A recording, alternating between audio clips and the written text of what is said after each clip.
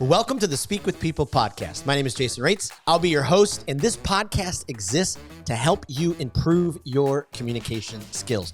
Whether you communicate one-on-one, to a team, from a stage, or from behind a screen, we know that when we improve our communication skills as leaders, it exponentially changes everything. It improves our relationships, it improves our leadership skills, and it improves our business skills. So let's get ready to dive into this next episode.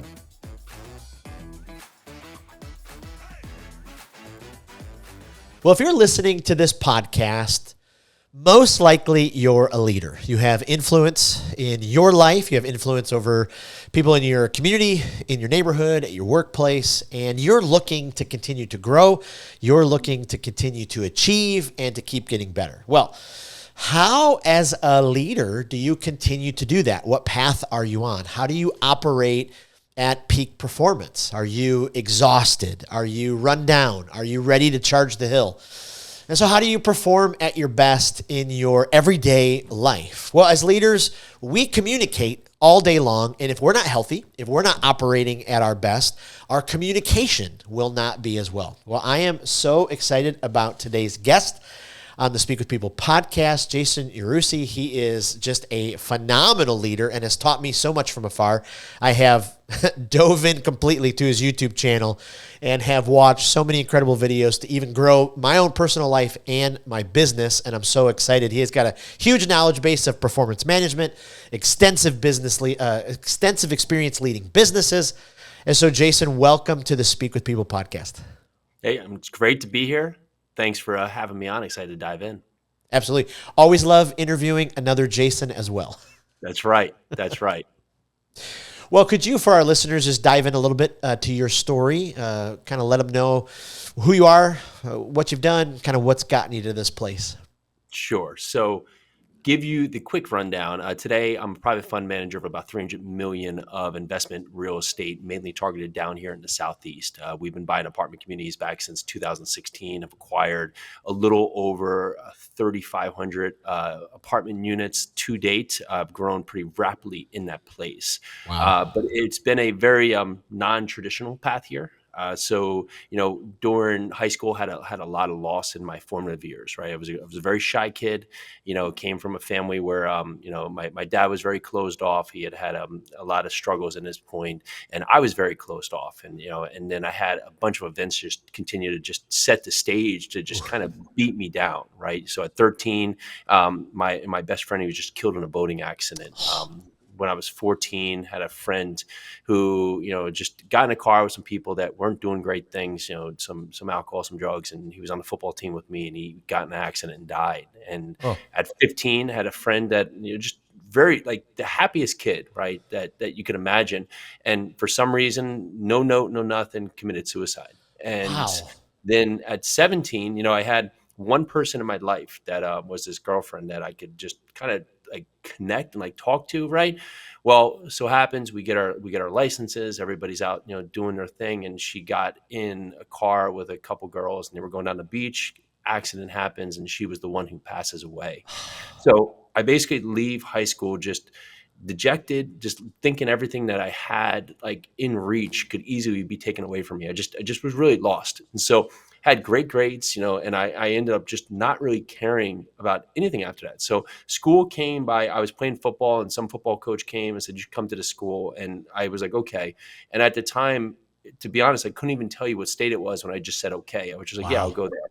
So got there and just had no direction. Right. So I was picking things just ad hoc, chose a major because I had a girlfriend's mom say you were good at business. So, why don't you do business for a degree? So I got a finance degree and left college and just went out into the world, just not wanting to be in finance. Right. So here I am with this degree and, that happens a lot. Right. But I was just lost. I was picking, things as they come just in a very sporadic fashion.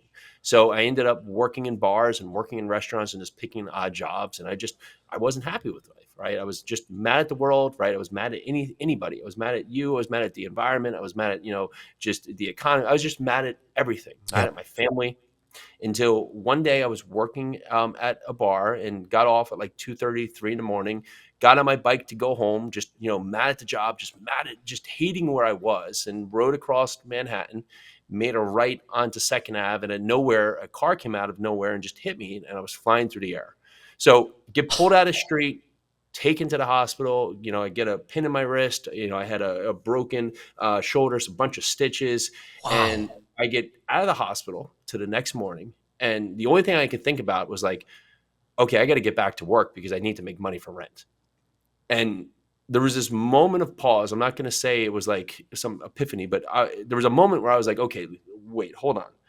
So last night, I hate everywhere I am, hate everything that's happened to me. I'm just very unhappy with everything I was. Now here I am hit by a car, and all I can think about is, and now I have to get back to this life that I just Wow. don't want to be with.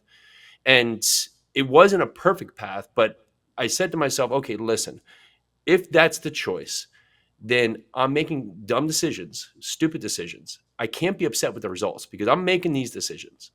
Or start to try something different, right? Try to start to do something different outside of what you've been doing. And let's see what happens. Yep. So slowly but surely, I started to do some things in a more positive light, right? So stop being up so late, no drinking at work, stop putting myself in situations that could cause bad habits, start to get up at a set time, start to work out consistently. And lo and behold, slow momentum started to build. Wow. And from there, I went from, working in the bars and restaurants. I ended up opening up a bar, opened up a restaurant in New York City, opened and sold a brewery in New York City, ended up helping move into New Jersey to help my dad, who had struggled for many years, to scale his construction business before moving into real estate and starting down the path that has led me to where I am today. Wow. Holy, like there's a lot there. I mean, just in your story. I mean, that is, absolutely phenomenal. I mean, I don't even know how to process that much loss in those formative years. I mean, unbelievable. And to be able And I to kind didn't of, either. Yeah. wow, And, right. it's like, and I don't know if anybody was. Everybody said, well, go to therapy. And I was like, well, I don't want to. I'm talking to some like old person that like, and there was, for me, it took many years for me to just like come to a realization with myself, to just be self-aware how I was showing up. Yeah. And that was the most difficult moment. Yeah. And I think what really stood, and I'll let go, is that when I look back on it today, I'm a father with kids myself, and I look upon it more, take me out of the position, but looking at the families, like the parents, like the impact it had on them. Like a couple of those parents got divorced, right? There was, it was just very difficult path Yeah. ahead for them. Yeah. I can't imagine being in that position. Right. And I can't thank you enough for your vulnerability to share that. I mean, leaders lean in when they hear other leaders, be vulnerable, especially about that kind of epiphany moment. I do want to ask you one thing though. We talk about communication a lot on the podcast. Do you think now with kids of your own, have you had to struggle against, you talked about how your dad was a little closed off, we've kind of all been there at seasons of our life, but have you had to, kind of struggle with that with your own kids to go, okay, I experienced this way, I'm going to make sure I do it this way. Didn't know if you had any thoughts on that. I do. It's something I'm conscious of because that's my immediate reaction. Is just go into that part of solitude, right? Right. That's just how I was born. Like my dad today, we've found a great relationship, but like from high school through like after college, I probably couldn't give you 5 times that I've talked to my dad.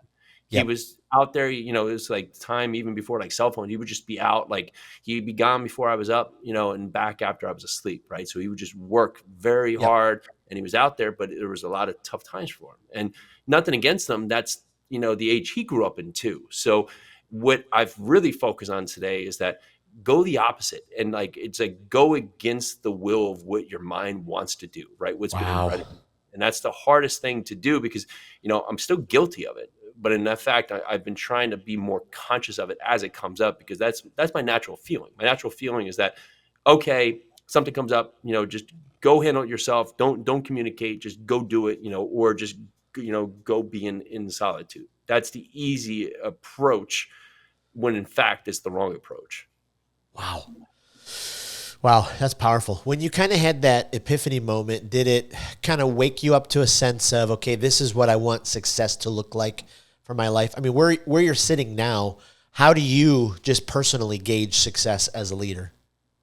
What so you can go to the quick way is when I look at my kids, right? My success is going to look like if I can give them the preparation to be in the position to make good decisions, I will Ooh, feel fulfilled, right? Now, yes, it doesn't mean that like we all make decisions that we look back on and we hope that, we could have changed. We can't. I hope I will prepare them to a way to be able to make good decisions. It's the same thing yeah, I look with our company, and we've grown when I've gotten out of the way, right? Many times you want to be a task giver, right? Like I'll give you a task and you go do it. You come back to me for the next task, and then your employees aren't committed because they don't know what the goal is, right? They're out there, they right, do a task, and okay, and then you get to the next task, okay, and then it's now stopping my growth because I'm here having to stop every 5 minutes, and it's stopping my employees to be really fulfilled and committed to the role. And so when I've empowered them to say, here is where the goal is, here's our aim, right? Here is the path that I've led before. But let's think about other opportunities for what this could be better, more efficient, fill in the blank. What you find is that maybe my way was good, but many times you'll come back with a more engaged employee or even family member, right? Who now is committed to what they're doing because they know where they're going, but they also will come back with a better way to do it because my eyes have had, blinders on it saying this is what I've wow. done. Did it take a while for you to get to that place? Did you kind of? I mean, you worked in a lot of. I worked in restaurants. That was when I was a college kid as well. I mean, it's a fascinating industry, and I think it helped set me up. For some things. But did it, especially as a business owner, did it take you a while? Did you have that season where you were trying to hold on to everything? What was that process like for you? Yeah, I did have that season, and that was one that capped our growth initially with Wow. expanding in real estate. But Yeah. I saw it. I was aware of it, but I went back to like this was like autopilot for me because one of the big struggles that I would have with my dad is that you would see a way that was easier with that was more productive that would be cleaner, and we would just clash over it. And I equated it to be like, Dad, right now it's like we're trying to bang through a steel wall and there's a door right there. Let's just take the door. Right. I know you've gone through the wall every time, but like let's just take the door. And we would have conflict, you could call it Italians all together or whatever you wanted to, right? But it was just that fight of like Yeah. just making sure like this is the way, right? It's like the Mandalorian, this is the way. And so I started to learn that approach saying, okay, just because you've done that, right? Does and it's worked before doesn't mean it always worked, right? We've seen that failure Yeah. in so many levels of so many businesses where they've done it forever and they refuse to change, right? Yep. And then all of a sudden, what happens is that they become extinct because it's Yep. no longer a viable solution. Well, it's the same thing with all levels, construction. We would I would. I always laugh because you would have somebody come and say, "Well, I've been doing it this way for 20 years," and in my mind, I'd be like, well, it just means you've been doing it wrong for 20 years. Like the amount of Right. time does not mean anything of Right. validation. Right? There's always a way that you can change and improve.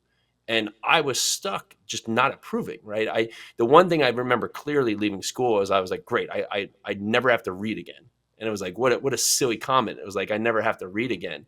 As I look back today, it was like, what am I just not going to get any better? But my mind was so set and just being upset at the world that I was focused outward instead of where I should have really been focused inward. Wow. Wow. My goodness, that is incredible. Talk to us a little bit about you kind of have a program that helps drive transformation. I mean, this is the kind of things that leaders we kind of get stuck in that rut. I've talked to so many leaders who, like you just said, well, we've kind of done it for 20 years. Especially for Speak with People, I go in and I challenge and empower leaders to communicate in healthier ways. And communication's like something we've always done. So we're like, I'm just going to keep doing it. But we've got to keep transforming as leaders. I would love for you to dive into some of those key principles of your program and just how you help leaders achieve that next level.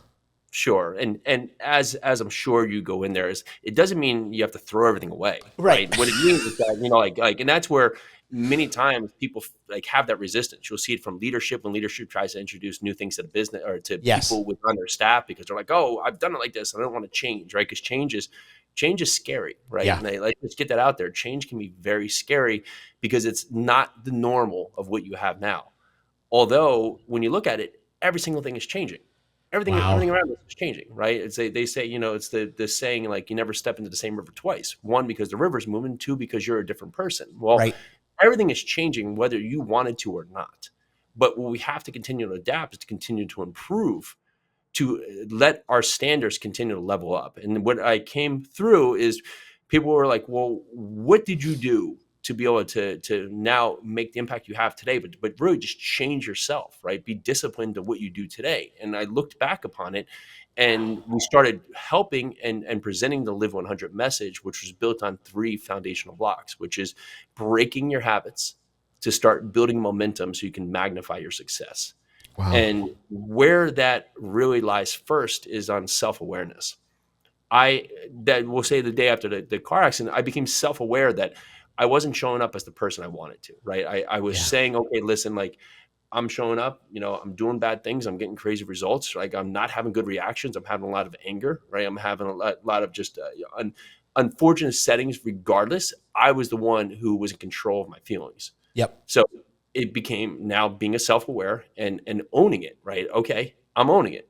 I'm not being great. So I'm not Wow. getting good results. Like, okay, it's not it's not some magical mythical thing. It was just I wasn't doing good things, and the results were not what I wanted to. And when I started owning that and started looking at exactly what I was doing, right? Then I could start positioning myself for greatness, right? And what that becomes is Wow. that many times it's not the goal, and that's where we get lost. We look at this goal that's miles down the road, and we say, well, that's where I want to be, but it's so foreign from where you are today. What we Mm. have to look at is that first step, and that's the most important thing, is that if we want change, we just have to be a little bit better than yesterday. You're not going to just eliminate all your habits, right? If you're getting up late, if you're drinking all the time at night, if you have a horrible diet, if you're not working out, if you're not coming prepared to work, you're not going to go from just 0 to 100 changing everything tomorrow. But Wow. what you can start to do is start to replace some of the things that maybe they did work for you in the past, but some of the things that you absolutely know don't work, right? Yeah. So, okay, tomorrow, can have the same diet, don't work out. Can you just not drink at nighttime? And let's just get through that one night. Let's just start replacing that. And instead of drinking, maybe we'll have, replace it with something, green tea, reading a book, right? You can find something to Yep. replace it. Because what usually is the failure is that we try to go cold turkey, but there's no replacement at that time. So that 20 minutes that you used to do this, you now do nothing. And so you're just like, I don't know what to do. And then you go back to that habit that you are so accustomed to. And when we can Yeah. start to replace our habits with something productive, slowly but surely it starts to build into our system. It starts to build into who we want to be. And what that does is it allows us to start mastering, meaningful habits and rituals. And what will that do? Well, that's going to allow you to become the person and live the fulfilling life that you know is in you. Wow. And that's usually where the gap is that you can be this person. We're just not making the day one decisions to get us there. We're worried about the day, 1000 decision of when you have $1 million or when you have that great job or when you have that degree or when you are in that position, right? But what you're forgetting is that you have to start showing up as that person today for those things to become true. Wow. Wow. Wow. So true and so powerful. I mean, people talk all the time about I can't do cold turkey, and then they stick with that for years. And so they'll just stop the transformation and the momentum. It's so amazing to me. I wonder if you could talk to us a second about self-talk, because the communication you as a leader say to yourself. I can't remember who said it recently. I read, the most difficult or the most abrasive communication you might hear as a leader is your own words to yourself. How do you have you ever struggled with that, or how do you Oh, yeah. replace some of those words to make sure they're, I love how you said that, worry about the day one. I mean, goodness gracious, that's powerful. When you think about your thoughts and when you think about it, like if you come from a world like your surroundings are negative, right? So your immediate response is going to be negative, Wow. right? And you hear Yeah. it when you start to be aware of it, you start to hear it around you, right? You start to hear it, people in defeat mode as they're talking, as they're going. You can go from anywhere, like in the grocery store, like at work. You can start hearing how people are showing up, and it makes you more aware of how you're showing up. because we live, 98% of the day is subconscious, right? And then we have Wow. 75 to 80,000 thoughts a day, of which 80% of them are repeated. And so if you're just having negative upon negative upon negative upon negative, Yep. your day is just negative and you're not even thinking about it, right? You're not Yep. even aware of it. And I look at it as like, if you have a glass of water right now, and you just take that glass of water and you just take just a pin drop of just anything like dark liquid and put it in there, all of a sudden, right, that glass of water is now it's now foreign or cloudy or musky, right? Well, that Yep. little drop is all the negativity we need within ourselves to ruin our day. And we can all think about it. Like, think about perfect day and someone, runs in the back of your car, right? Now that 1 second thing has now ruined your day. Or perfect day, someone cuts you off. Or perfect day, you get an email, right? You have all these things, and like a 5 second thing can ruin your day. Vice versa, right? You can have an entire negative day, and you can have one positive thing comes and it does nothing. You're still in the negative, right? Because our mind immediately goes to the negative. If you had the reverse, if you had like a cup of coffee, right, black coffee, and you tried to pour a little bit of water in it, it make no difference, right? You would have to Right. pour so much over the top just to get you to a point where you'd have some clarity to it. Well, the same thing goes with our thoughts. We have to be conditioned to understand how we're showing up, and then pause, and then look at the inverse of that, Wow. right? You have to say, oh, I hate that. Well, why? Like, do you really hate that? Or it's not my favorite, but a better option for me would be this, right? So you start putting your mind to thinking the positive, right? Oh, that won't work. Oh, what if that would work, right? I can't do that. Well, why couldn't I not do that, right? You always change the position now because it allows your mind to not just close off. Because the Right. easiest thing to do is just close off and just say, nope, done.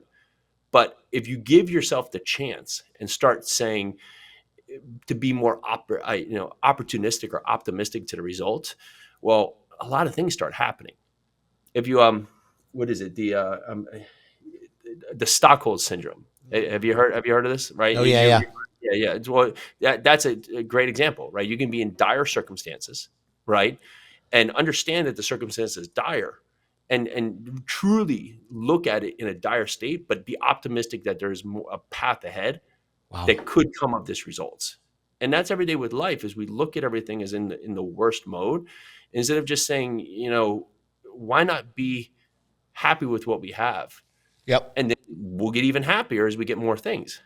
Your Wow. your happiness doesn't come with the results, right? It's like, oh, when I have this car or meet this person, then I'll become. No, you need to be what you want to show up later as, now, today.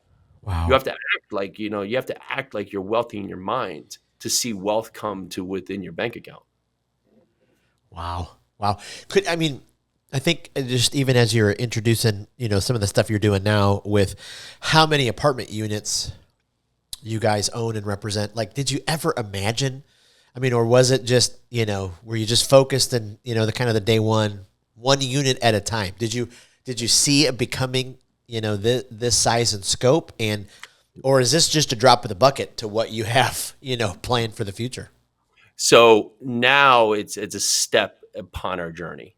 But in the beginning, I had to build myself because I was in that point. I was in that defeatist mode of always the worry that I wasn't enough or wasn't a part. And that still creeps in today, that I can't do or I won't do or I won't be able to do, right? That's all present because each and every day you have to wake up with yourself again. It's not like Yep. you do it yesterday and yesterday was perfect. And today, again, it's no longer there. You get more fortified in the mind, so it gets easier to surpass some of these hurdles here. Wow. But I look at these things when we face difficulty. Is this something I'm going to remember in 5 years? Wow. And if it's not, then why am I giving it so much attention right now? Yes. And that's usually where our mind is. We treat everything as if everything is the end, right? And many times, most of these things we don't remember. So when I looked at the growth, my first part was, okay, other people are doing this. Well, how are they doing this, and why can't I do that? So we went from flipping houses to buying a 94-unit apartment building. And now is the step to say, okay, but once you start to get the confidence built, then you can expand it, right? You can see that with anything. For someone who's growing a business, someone who wants to go out there and lose weight. Once you start getting the steps down and understand the process, it's the steps that lead you to the journey. And when you do, the goals you have, they just become mile markers. You're so far past the goal that you focused on when you stop focusing on the goal and just focus on the things you can control. Wow. Wow. It's always fascinating to ask leaders. There seems to be a couple of different thought processes out there for discipline and early mornings and rituals and routines.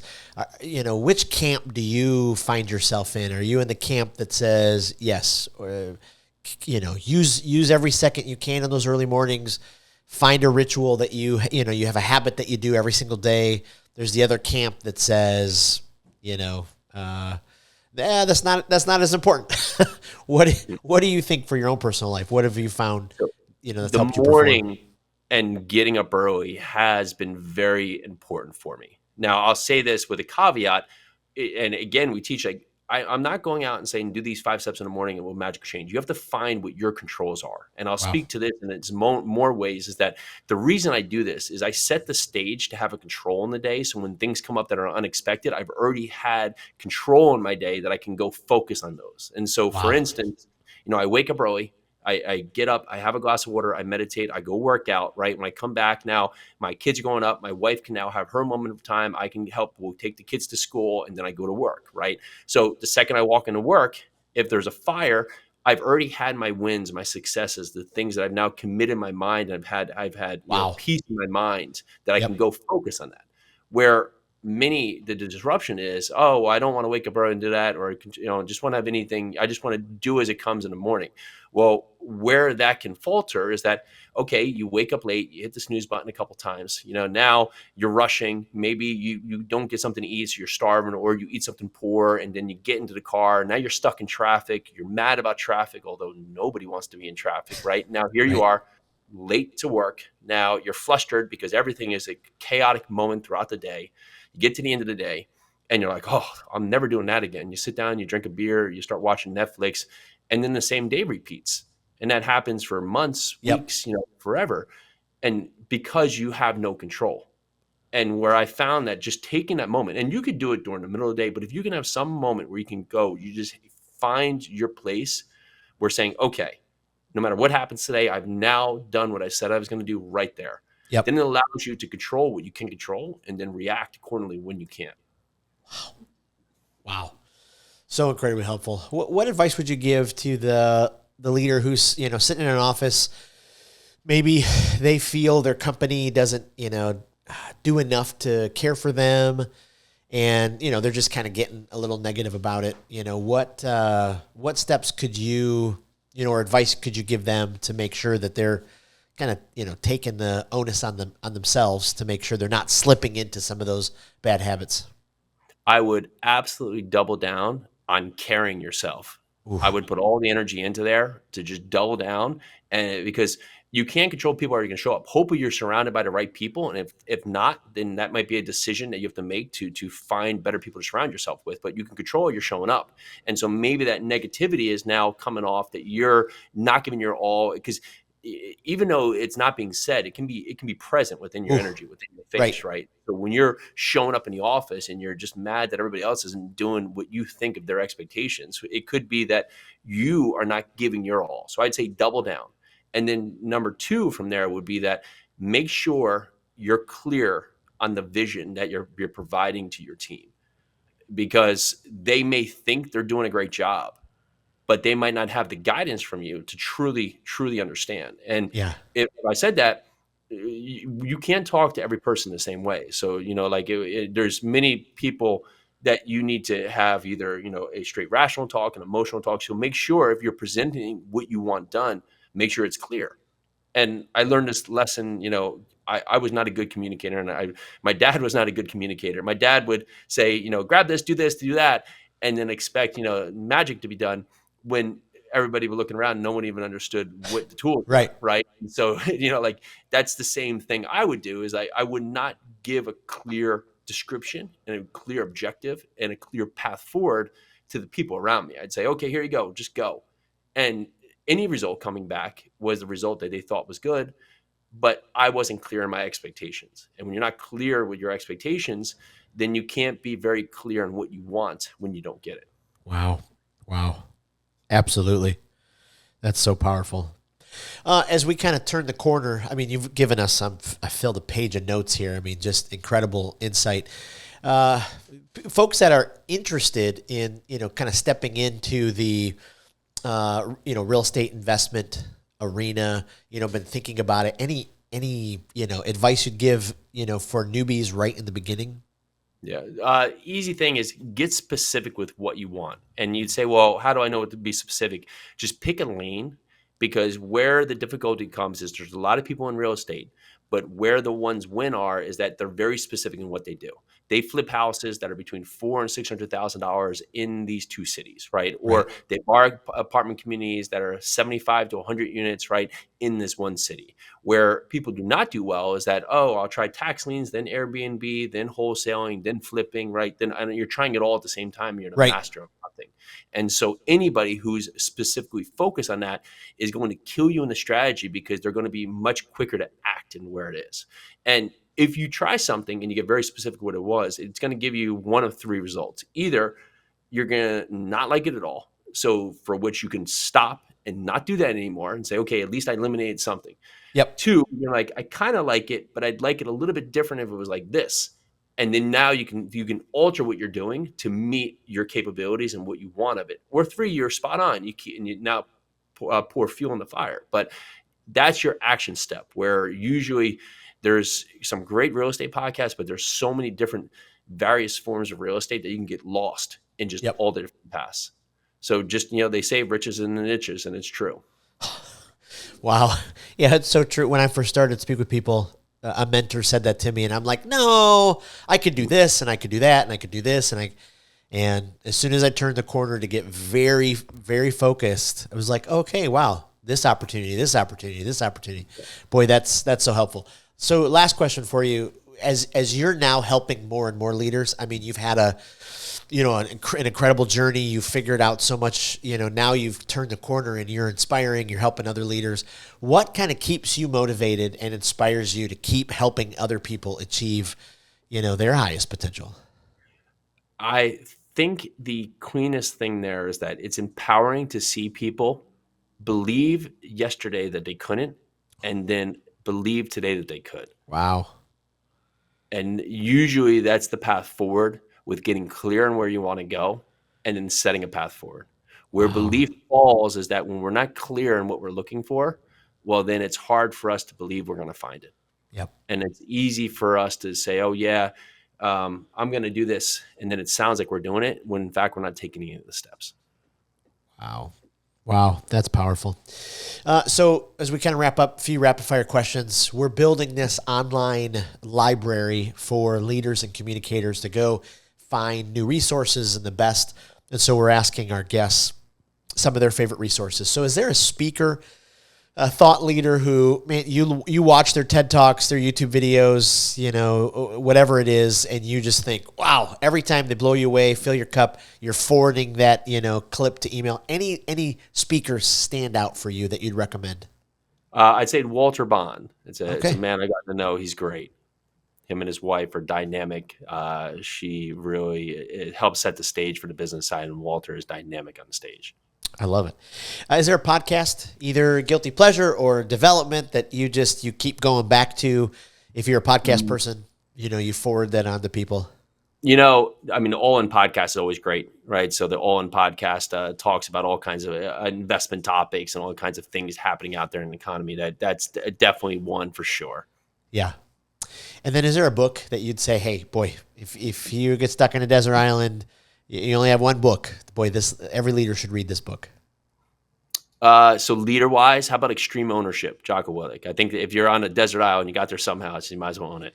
I love it. I love it. Well, Jason, I can't thank you enough. This has been absolutely incredible. I mean, just a vault of wisdom. Where can we send our listeners to find out more about you, find your resources, all that kind of stuff? Sure. This is great conversation. Thank you for having me. So there is the Live 100 podcast. It's quick 5 to 7 minute clips just talking about really the action items that we take as part of the Live 100 principles. And you can go to jasonyarusi.com. There's a free assessment there. You can go, answer some simple questions to just really start your journey to see where you're living as part of the Live 100 model. Wow.